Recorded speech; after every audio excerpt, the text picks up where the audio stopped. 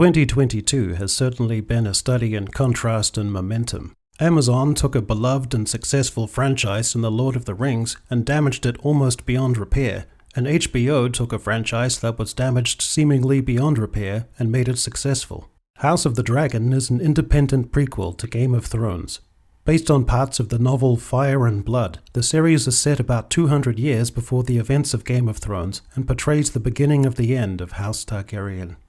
Just 3 years on from the collective disillusionment among devotees and normies alike after the disastrous 8th season of Game of Thrones, House of the Dragon seemed like an incongruous, even jarring proposition. The show didn't seem to have much of a reason for being. Game of Thrones, for all its latter flaws, had been a cultural phenomenon and felt all played out. After the psychodrama of the Red Wedding, with its blunt force message that heroes were no longer reliably safe, and a few other innovations, it felt like George R.R. Martin's world had given up all it was going to give, and any spin-offs would feel contrived, unnecessary, and perhaps even cynical.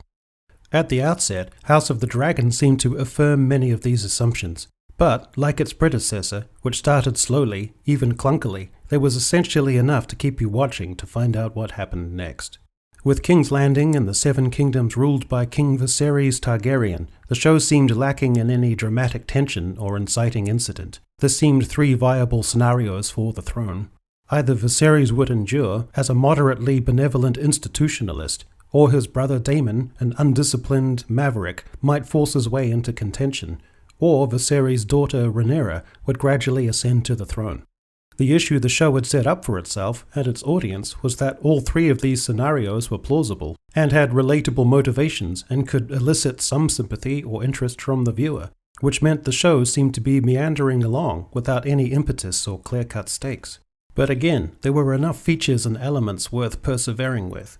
Matt Smith's Daemon was charismatic and compelling, his brooding staunchness and aloofness, his ironical sizing up of others, his latent strength, potential for violence, abhorring of convention and royal protocols, lay in interesting relation to his deeper impulses for family, bloodlines, and honor.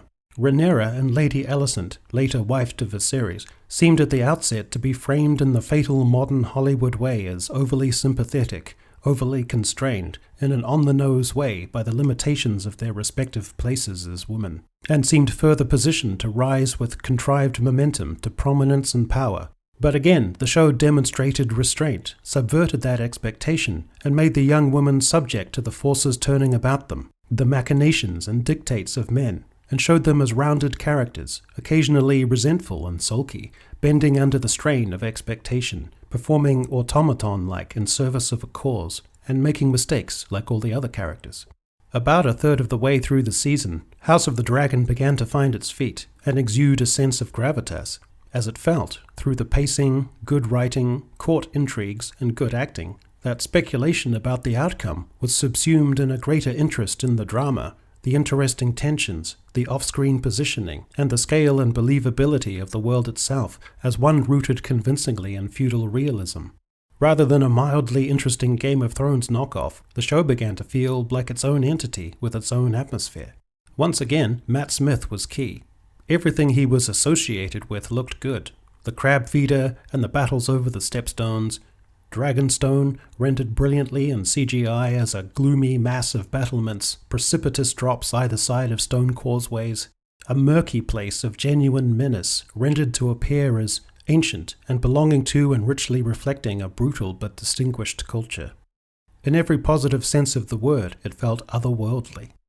The show then employed a device that can fatally unsettle an established viewership, and is usually the unavoidable fate of biopics that span a whole life. A massive time jump with substituted older actors. 10 years on, Rhaenyra has given birth to 3 sons. All lack the Targaryen Valyrian silver hair.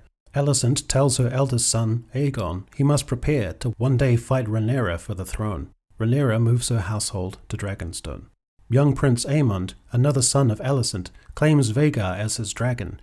Daemon and Rhaenyra privately marry in the old Valyrian Dragonlord tradition to perpetuate the pure Targaryen bloodline. At this point, the show had properly matured, with elaborate and often sprawling family intrigue, rivalries, emerging and fading factions, and an array of personalities, all demanding a lot of the audience to process and keep abreast of. but earning the commitment of the viewer to do so.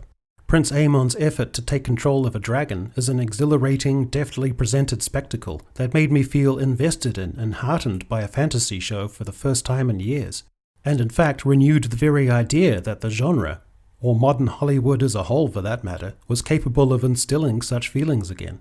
The aftermath of the ride, with Aemond having his eye gouged out, was, by contrast, one of the most grisly and ghastly scenes in recent memory too.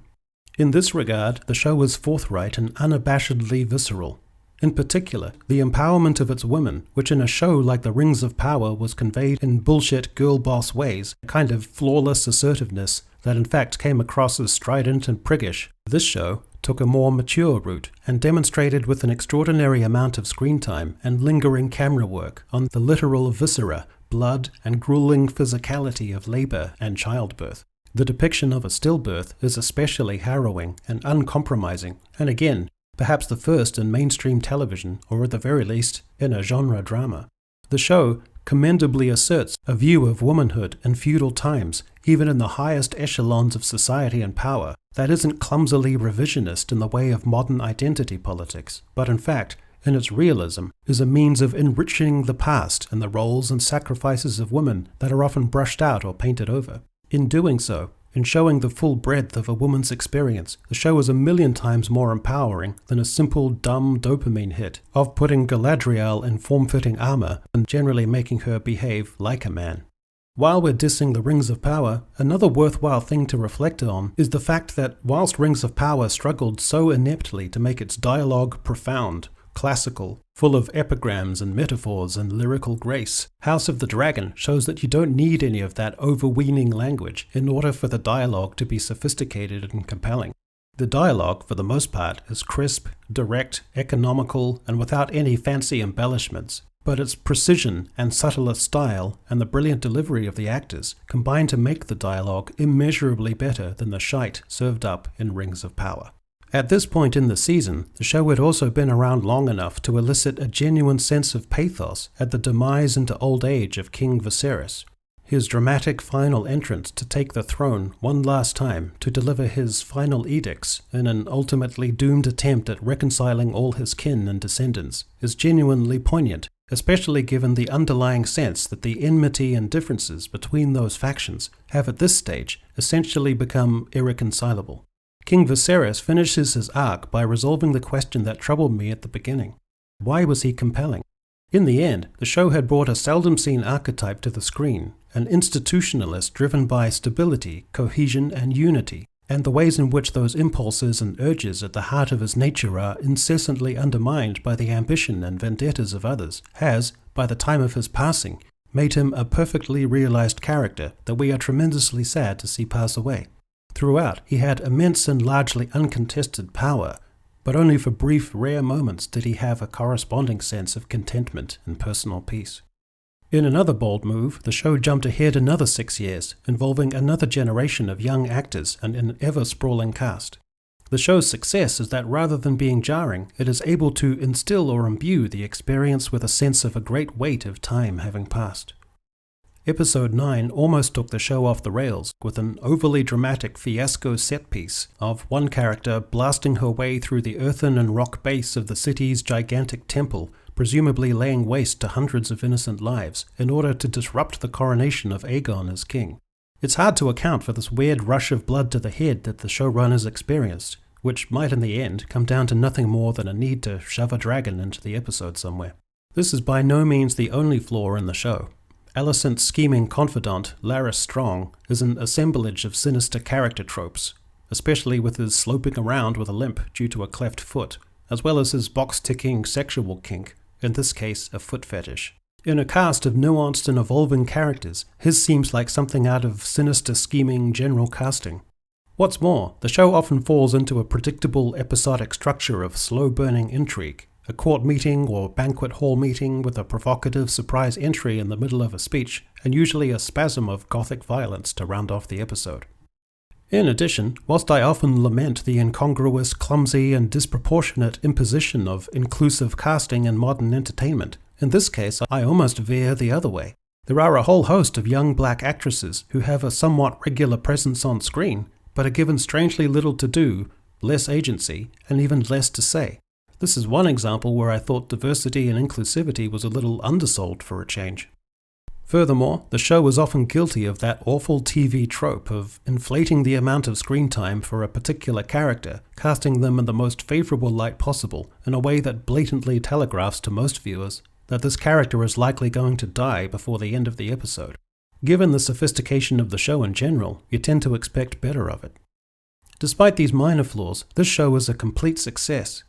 Episode 10 brought the excitement and foreboding of the gathering clouds of war, of uncertain alliances, of solicitation of other houses, of intimate family crisis simultaneous with kingdom-wide crisis. And again, the dragon riding sequences are of exceptional quality, murky and rainy expanses of sky with a genuine sense of gravity and depth, of hurtling speed and plunging drops. The episode concludes with a death that is partly due to unresolved resentment and a hunger for retribution, and partly fate spiraling out of control, with the dragons exhibiting their deeper primitive nature. All in all, with the season drawing to a close, I'm going to conclude with something I never imagined I would say, which is I actually prefer House of the Dragon to Game of Thrones. It's more mature, centered, has a tone and color palettes and mood and pervasive atmosphere that appeals to me more, and it balances feudal realism with elements of fantasy in a way that, for me, actually surpasses the broader, more sprawling entertainment spectacle of its forebear.